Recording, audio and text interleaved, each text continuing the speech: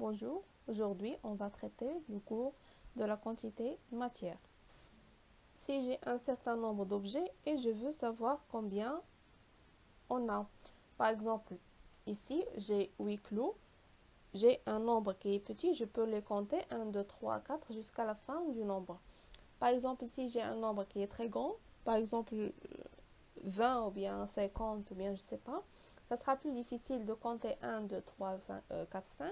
Il est plus utile de regrouper ces objets ou bien ces clous en, par exemple, dans ce cas-là, en deux groupes, de telle sorte que chaque groupe contient un nombre que je connais.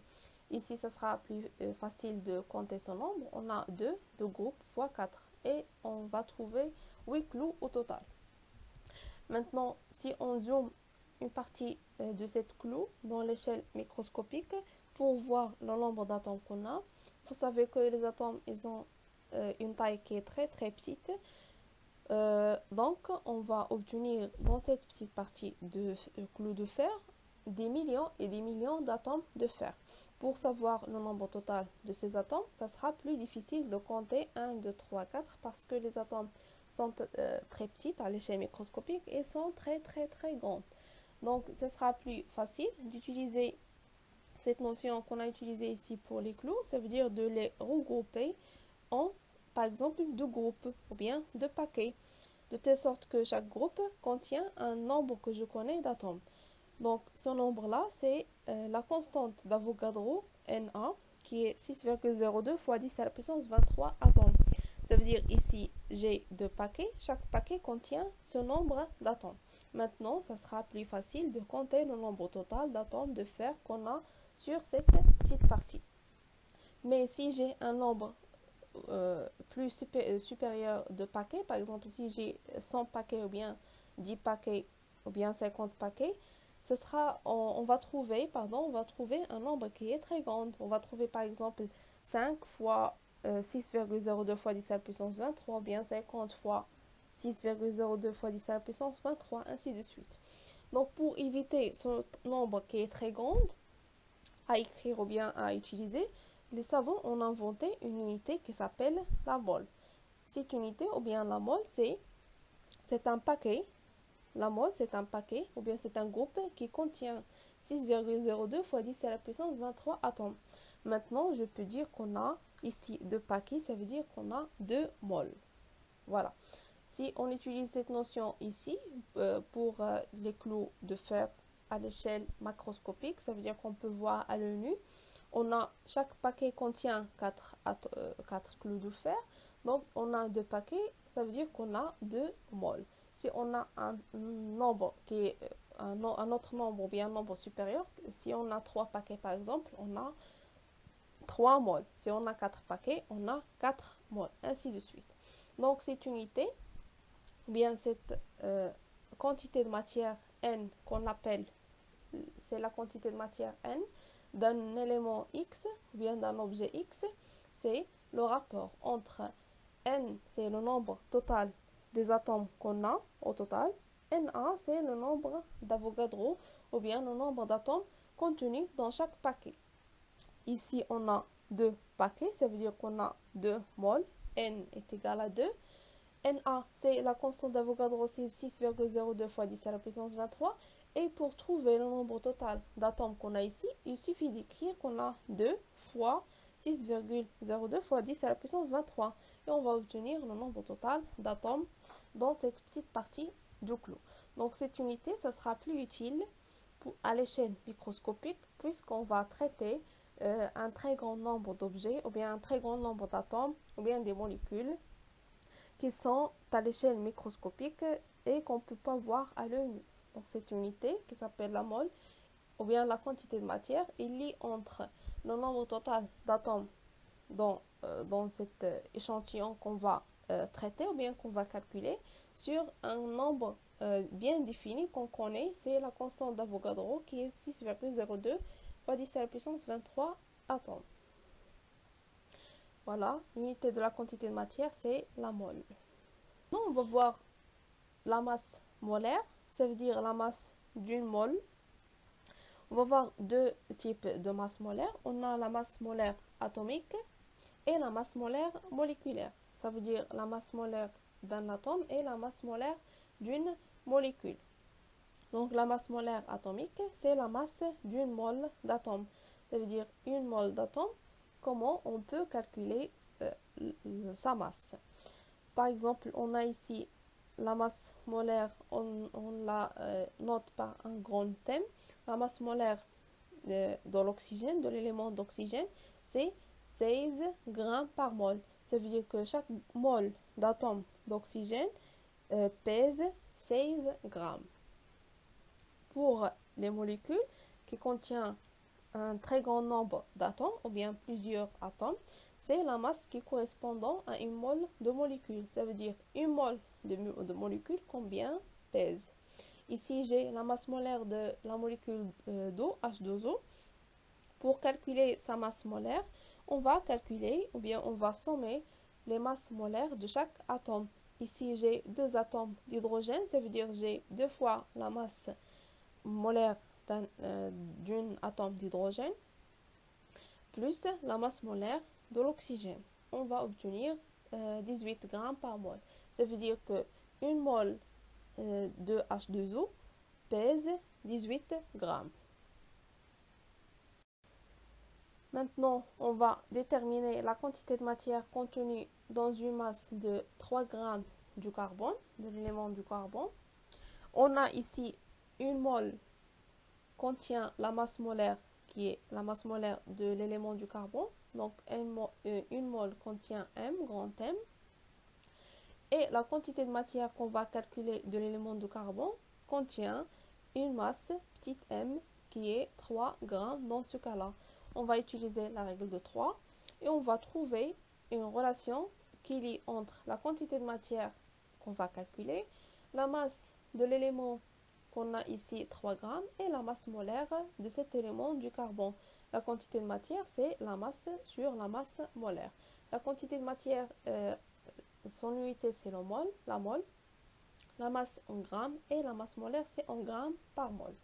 On va appliquer cette relation pour trouver la quantité de matière de l'élément du carbone. On va appliquer cette relation directement. Donc, on a 3 grammes sur 12 grammes. La masse molaire du carbone, c'est 12 grammes. On va trouver qu'on a 0,25 mol. Donc, les masses molaires des atomes, on va les trouver dans le tableau de classification périodique. Ils sont au-dessus de l'élément qu'on a. Par exemple, on a l'hydrogène. Au-dessus, on a le nombre Z. Au-dessous, on a la masse molaire de l'atome considéré. Maintenant, on va voir la quantité de matière pour un gaz.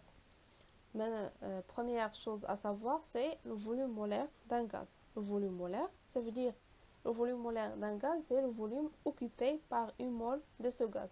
Ça veut dire une mole de ce gaz, combien de volume occupé.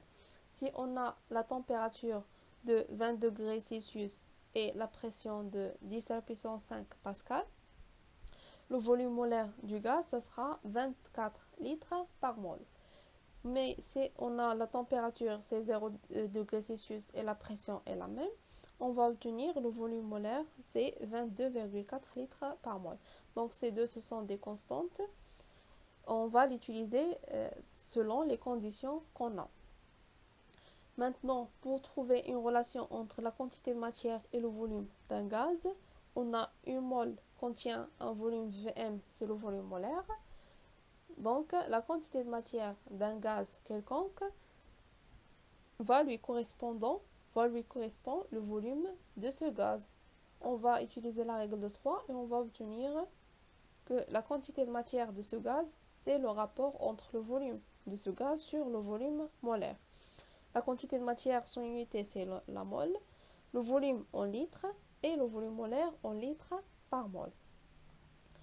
Maintenant, pour la notion de la densité d'un gaz par rapport à l'air, on sait que la densité d'un gaz ou bien d'un élément quelconque, c'est le rapport entre la masse de ce gaz, de cette gaz sur la masse de référence. Ici, pour les gaz, la masse de référence, c'est l'air. Donc, c'est le rapport entre M et M1.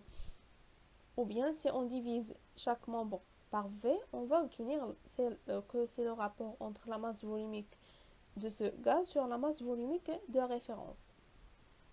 Maintenant, si on remplace la masse volumique de ce gaz par la masse du gaz sur V et on garde la masse volumique de l'air, on va obtenir que c'est la densité, c'est la masse du gaz sur la masse volumique de l'air fois V. On, on, on va trouver cette relation. Après, pour les conditions de 0 degré Celsius et la pression de 10 à la puissance 5 pascal, on va remplacer le volume par V0 qui est 22,4 litres par mol. Le volume ou bien la masse volumique de l'air c'est 1,293. La masse du gaz c'est à calculer. On va trouver une relation entre la densité d'un gaz, la masse molaire d'un gaz et 29. Donc la densité d'un gaz, ce n'est que la masse molaire de ce gaz sur 27. Bien 29, pardon. Maintenant, on va faire un exercice d'application. On a dans un flacon un volume de 0,75 litres du propanol, C3H8O. Le volume molaire gazeux dans ces conditions qu'on a ici, c'est 25 litres par mol. La première question, c'est de calculer la masse molaire de ce gaz. D'après la formule brute de ce gaz, on remarque qu'on a trois entités, ou bien trois types d'atomes. On a le carbone, l'hydrogène et l'oxygène. Pour calculer la masse molaire de ce gaz, on va calculer la masse molaire de chaque atome fois le nombre des atomes qu'on a. On a ici 3 atomes de carbone, 8 atomes d'hydrogène plus un atome d'oxygène. Donc on a 3 fois la masse molaire du carbone, 8 fois la masse molaire de l'hydrogène plus la masse molaire de l'oxygène. Et on va obtenir 60 grammes par mol. Pour la deuxième question, on va calculer le nombre de molécules contenues dans ce flacon. Ça veut dire ce flacon de gaz contenu 0,75 litres, combien de molécules qu'on a. On sait que la quantité de matière N est égale à le nombre des atomes ou bien des molécules qu'on va calculer sur la constante d'Avogadro. Mais ici, on n'a pas la quantité de matière. Donc, on va utiliser, ou bien on va calculer d'abord la quantité de matière en utilisant cette relation qui lie entre le volume de ce gaz sur le volume molaire. Puisqu'on a le volume c'est 0,75 et le volume molaire c'est 25, on va obtenir la quantité de matière c'est 0,03 mol. Maintenant, on va remplacer cette quantité de matière dans cette relation. On sait la constante d'Avogadro, elle est constante, ne change pas. La quantité de matière c'est 0,03 et on déduit le nombre de molécules contenues dans ce flacon. On utilise la relation application numérique et on va obtenir 1,8069 fois 10 à la puissance 22 molécules. La troisième question, c'est de calculer la masse du gaz contenu dans ce flacon. On a la quantité de matière, c'est la masse de l'élément sur la masse molaire de cet élément. La question, c'est de calculer la masse. La quantité de matière est déjà calculée, la masse molaire est déjà calculée, donc on applique la relation directement. On obtient une masse de 1,8 g. Pour la dernière question, c'est déduire la masse volumique de ce gaz. On sait la relation qu'il y a entre la masse volumique, la masse et le volume. La masse volumique, c'est la masse sur le volume. La masse, on a calculé. Le volume de ce gaz, c'est donné. On applique la relation. On va obtenir que la masse volumique de ce gaz, c'est 2,4 g par litre.